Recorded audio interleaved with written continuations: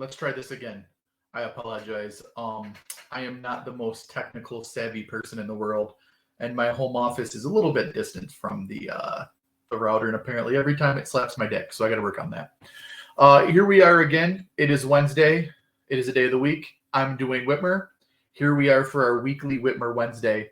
This one we're going to talk about something that comes up quite a bit when I talk to people and they find out that I live in New York State, and they're a little shocked by that with some of my political beliefs and some of my political activism.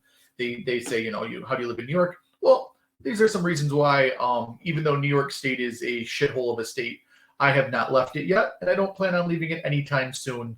So I'm going to start my timer for this week's weekly Whitmer Wednesday, and we're going to discuss why I have not left New York, why I view New York as a bastion for fighting progressivism, and why I do plan on staying for the really short term, as long as I can stick it out, I guess, before they ship me out of here. So to begin, as most of you know, that I live in Western New York. I live in New York State, Western New York to be exact. I do not live in New York City.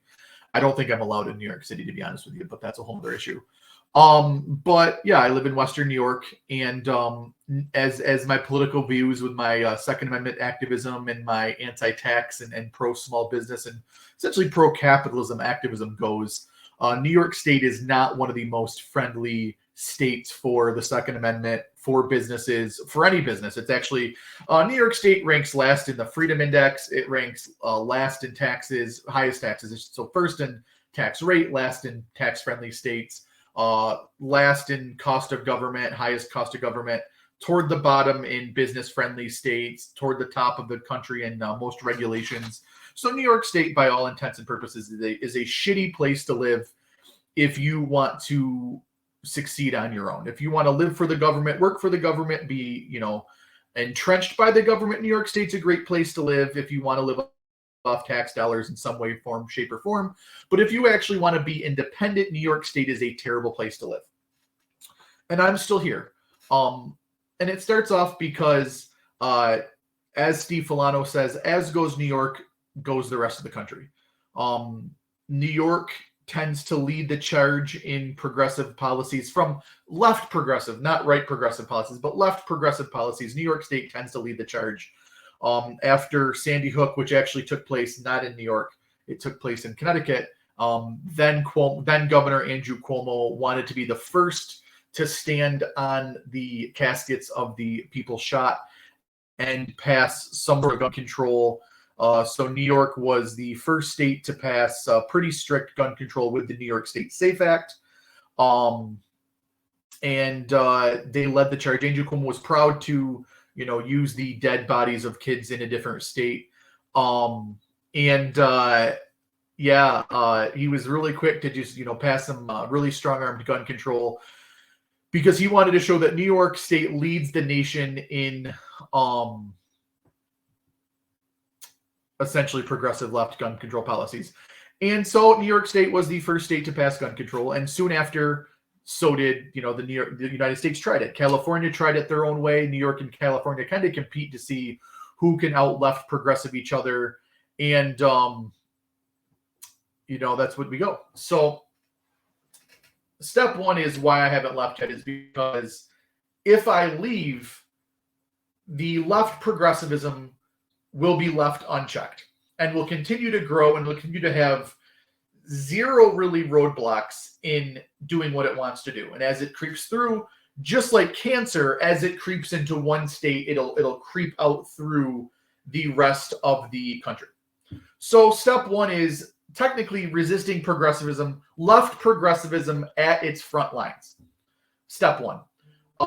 Another example is in New York State, just like then Governor Cuomo did with gun control, current governor Kathy Hochul, until she resigns like the last three governors of New York have for something. Maybe she'll sexually harass someone, maybe to be their insider knowledge of Delaware North and working out bid rigging for them. But who knows?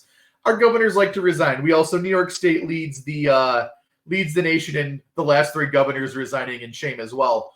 But look, her new thing is now the climate fascism, in which she's going to tell you what you can and can't do. what you can and can't do with your heating your home. She wants all natural gas. She wants to ban natural gas, go to electric. And guess what happens? New York State does it. Less than 2 months later, now the feds are talking about doing it as well. As goes New York, goes the rest of the country. The great thing about resisting on the front lines of New York, let's go back to the SAFE Act, is actually gun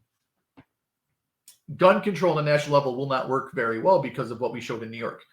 Speaking about being on the front lines of left progressivism, Andrew Cuomo passes the SAFE Act, and he says there's 1 million assault rifles in New York State. You have to register them. You can't sell them in New York. There's all these rules that he made up because he wanted to be the first in the country to pass gun control. So David Hogg was Stoneman Douglas. I forget who the Sandy Hook one was, but so Sandy Hook. So the survivors there would give him high fives. And so he passes the SAFE Act, and 1 million gun owners tell him to go fuck himself. No one complied. Majority of people did not comply. And with that non-compliance led to the federal government kind of saying, oh, well, if we pass it, if a state can't pass it, how are we going to enforce it at a federal level? So they beefed up the ATF. They beefed up these agencies. But like I said last week, mostly government agencies hire nopes, not otherwise employable persons. And you got a bunch of idiots working at the ATF who really just kind of bumbling around. So they said, a mass level of gun control is not going to be an ideal situation. So there you go. Front lines kind of helped. It kind of delayed the inevitable in the United States for a short term. So now we have Kathy Hochul, and she's passing this climate tyranny. She's going to tell you how you can and can't heat your house. Storm be damned, power outage be damned, national, power grid overwhelmingly be damned. She doesn't give a shit because she just bought a brand new gas stove. So, it sounds like a you problem, peasant. But here we are. So Kathy Hochul comes out and pushes this new climate bill that's going to cure global warming in one wave of the pen. It's not going to matter that New York's climate is not in a bubble, and it's going to ignore the fact that China and India are bigger polluters than the United States. It ignores the fact that the military-industrial complex is the third largest polluter in the world. It ignores the fact that all the money that our politicians are sending to Ukraine, all the bullshit in Ukraine is destroying anything we can do here in New York to prevent climate change. Ignoring all those pesky facts of how the government is actually one of the biggest problems of global warming. Ignoring you have a gas stove. That's why the climate's getting warmer. It's all your fault. So Kathy Hochul pushes climate change bill, and she's met with mass resistance once again. I'm having network issues again. Sorry, guys. I'm having some network issues today. It's one of those days. Here we go. We're back. So, yeah. So we got Kathy Hochul, and sure enough, she passes the climate tyranny bill, and she's again met with mass resistance. So the feds waffle with it, as goes New York, goes the rest of the country. And guess what happens? The feds, as of now, are not pushing for a nationwide climate change, gas ban. Why? Because once again, New York botched it and is exposed that the enforcement process is not there. So leading the lines, leading the charge on the front lines in New York is kind of why I'm still here, because as people leave and the Stockholm Syndrome residents of New York just kind of lay down and take it because they're afraid to fight, that empowers the rest of the country to keep doing what they're doing. So, you got to have people here fighting on the front lines. Another reason is because it's easy. It's really easy to sell something when the consumer needs it, right? So if I lived in a more libertarian-friendly state, it's harder to sell libertarian and anti-government, smaller government ideas because people are more content. Everyone in New York State is miserable because New York State's a shithole of a place to live. So it's easier for me to point out government failures and government shortcomings when they happen all the time. Whether it's just in Western New York alone, actually New York State, whether it's gun control, which you can appeal to the right and the left with the failures of gun control because all the SAFE Act has done successfully is lock up minorities for victimless crimes. So, the left wanted gun control, the left got gun control, and all you got was more minorities going to jail for victimless crimes. The climate change bill. All you have here is a lot of self-employed people struggling, a lot of small businesses struggling. The COVID lockdown. New York State was a massive purveyor of the COVID lockdown. And one of the biggest unintended consequences of the lockdown was negatively impacting and over shutting down minority-owned and small businesses. So, when the government fails and these small businesses and these minorities are affected, you can appeal to them easier because they've been harmed by a failed government program. It's easier to market your ideas when they've themselves been harmed. And now with this climate change bill, same thing. And upcoming with New York, what's the new thing that New York, I forget, something else New York wants to do. But look, it's easier to sell something to someone when they've literally been harmed by a failed government policy.